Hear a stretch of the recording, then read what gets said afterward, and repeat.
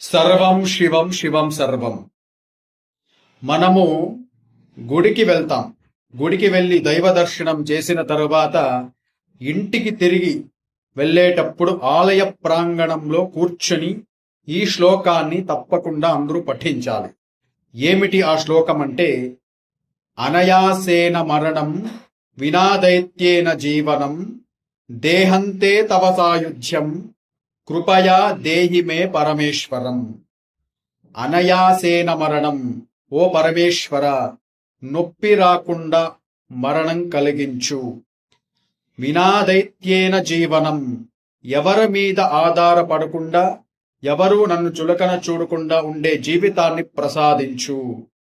దేహంతే తవ సాయుధ్యం, నాకు మరణం కలిగినప్పుడు నేను నీలో ఐక్యమేటట్లు ప్రసాదించు. కృపయా దేహిమే పరమేశ్వరం, నాకు ఈ వరాలు ప్రసాదించు తండ్రి. ఈ శ్లోకాన్ని ప్రతి ఒక్కరూ ఆలయ ప్రాంగణంలో కాసేపు కూర్చొని పఠించాలి. సర్వం శివం శివం సర్వం.